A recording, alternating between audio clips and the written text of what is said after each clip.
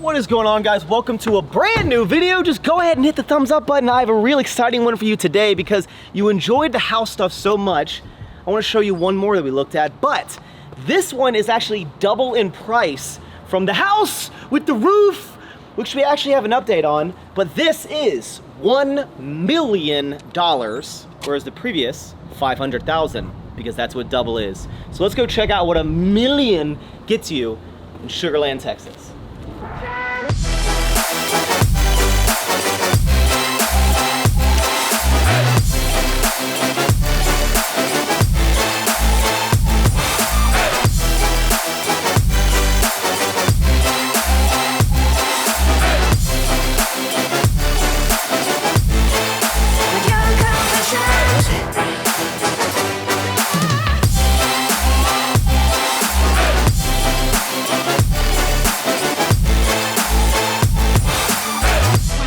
Gosh, it's so gorgeous. Max, you have to get this one. This is so nice. But there's some problems with a house like this because someone purchased this for, let's say, probably like 800 and then sunk about 300 in here to make it the bougiest pad ever. But the problem when someone else bougifies a house, it's already bougified and it's not how you want to bougify something, okay? Like, for example, oh my God, this beautiful chandelier. Oh my God, this beautiful light fixture. Get them out of here. I hate them more than anything. You know, like the gold, you got to get stuff painted. Like, I don't want gold in here. This backsplash, oh my God, it's so pretty. No, it looks like a stupid mermaid. I don't want that in here either. There's so many things that like someone designed this exactly how they wanted. And I don't want these things. Like I walked in, I'm like, oh, this is like so beautiful. But this, it's not me. But this isn't even the worst part about this house. Let me show you. First thing I hate is the garage, and this is a deal breaker for me. This is a 3-car garage, but the problem when they do the like 2-car right here, 1 here, is I need that girth. You know what I'm saying? I need that width. My calves are bigger than this garage. These are 2 individual bay doors. My big ass Jeep would barely fit in here. I would have no room to work on the thing. I hate it! So this house actually says that it has a movie room, so it leads up this elegant staircase. You start seeing the projection screen, and then you're like, is this a movie room for ants? You could literally fit like 2 people in here. You'd be like, oh my God, let's watch this movie. And your third friend would come in like, dude, can I watch? Like, sorry, we don't have enough seating because this room is not a movie room. You could make this into an office or something, but like, why would you? This is not a movie, this is so small. This is, I hate it. Oh, hey, what's up, guys? So this bathroom is a prime example of another design that just isn't me. Although it matches my soul in terms of its color, I want something that pops, and I want like white tile, and I want like bright color themes. I don't want chandelier in here, so it's like you'd be getting rid of all that stuff. People probably paid whatever money for whatever this is. Oh, it goes from the floor. Yeah, I'm like, oh, that's amazing. I don't want that at all. Gotta change all these doorknobs. They have, think those are real diamonds? Probably. Yeah, it isn't me. One thing I've learned about whether you're renting a home or definitely if you're gonna purchase a home, you have to love it. And for the price that this is, I'm like forced to love it, and I just don't love it. I don't. Okay, so is this house gorgeous? Yes. Am I nitpicking at a little bit of things? Yes. The point I'm trying to make is that when you spend $1 million on a house, you don't want to come in and be like, oh, I kind of want to change this thing, and I want to change this thing, and I want to change this thing. For $1 million, I want it to be just perfect as is, and I'm not gonna find that in the area of Sugar Land or Stafford or Missouri City, Texas, where I wanna live. So I think it might be a better idea to take something that is cheaper, put some money into it, and we make it exactly what we want. Like the house with the roof.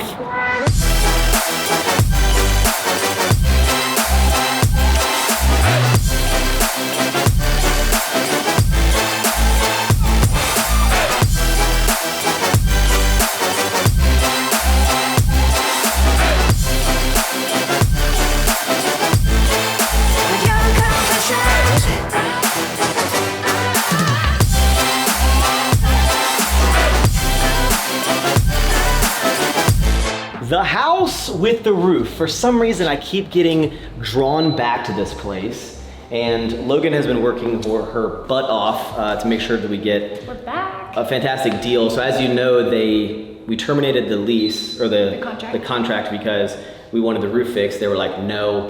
So I was like, okay, I'm out.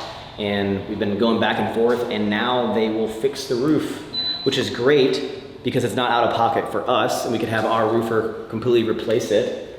And it's better timing anyways, because interest rates are even better now than what they were even 20 days ago. So hopefully the timing of it all is perfect. It's like Drake's God's plan. And I kind of staged a few things, and I want to show you some updates. And the reason, like, so this is half the price of the previous house, and I can make it exactly what I want for 150 is like what I'm budgeting for the renovation. It might be, you know, around 150, but I think I'm in love with the idea of making something my own, and I just love I don't know, this house, it's this stupid margarita bar. Like, this thing alone, if this was never installed, I would have been like, no, I don't like the house, but like, I'm gonna buy this house because of the margarita bar. But I wanna show you some changes we're gonna make from the previous walkthrough, and let me know what you think, because the deal is good right now. Okay, so previously I mentioned I wanted to take out a lot of this bathroom, and I still do, but I realized that even if we open up this area, this entryway to the master bedroom is kind of like unused space, right? I'm not gonna put like a little chair over here and be like, hello, welcome to my bedroom.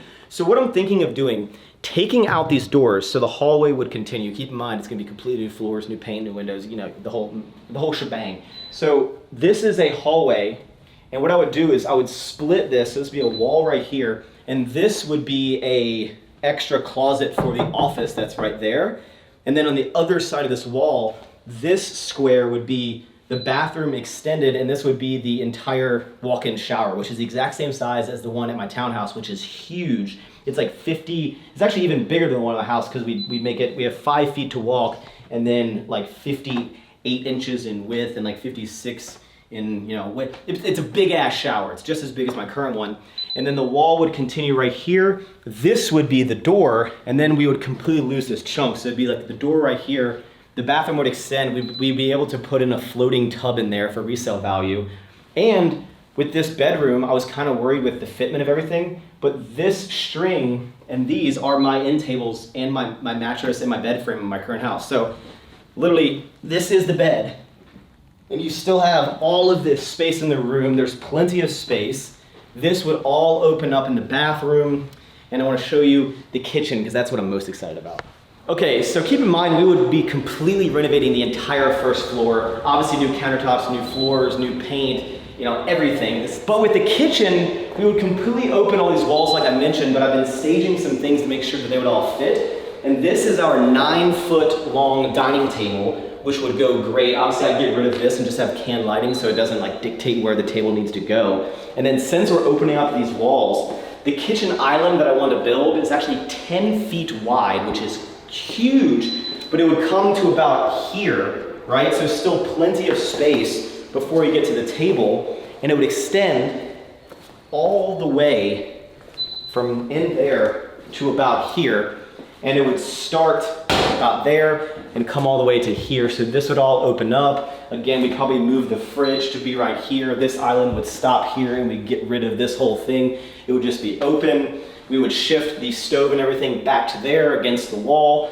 We put the stove and oven on the island. It would be like 5.5 feet deep, be able to seat like 4 people. And then in the living room, I have the current couch staged. I guess the only downside is right now I have 5 pieces of my cloud, and I can only use 4 because of the shape of the room. But this is like 1 piece, 2 piece, 3 pieces, and then the extension right here. So you can see it's still plenty of room for the doors.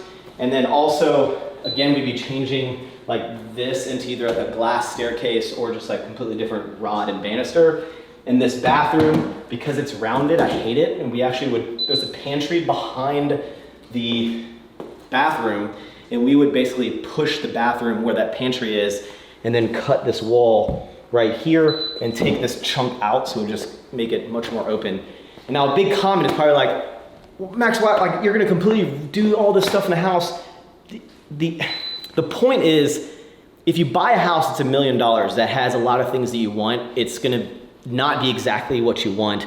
And this way, I can buy something that I love the structure, I love the bones, I love the fact that it has a pool, I love the yard, I love the area it's on the lake, I love the look of the house, it's very unique, it's not like cookie cutter, and I can design it to be exactly what I want. So all in, we're at like $750, and then down the road, I would look at it as an investment. I wouldn't go like overboard with what I want to put in there, but I'd make it nice. So then it's like when I go to sell it, I can make my money back or break even on it or something, I have no idea, or I'll lose hundreds of thousands of dollars. But for some reason, I just keep gravitating back to this house. And I haven't even shown you every aspect of it. I just love it. What do you guys think? The deal is on the table. They want us to buy it. I would make an entire series out of it. I'm not gonna buy the house just so I can have YouTube videos, but it's just like, it would be something super cool to film. There'd be a brand new roof on it, which is a huge thing. I just love it. I love what it could be. I love building up the Jeep. There, we got rid of that. I think I should build up a house. And it has a 3-car garage in width, and I can put my big ass Jeep and I can work on it in there. What do you guys think? What do you think?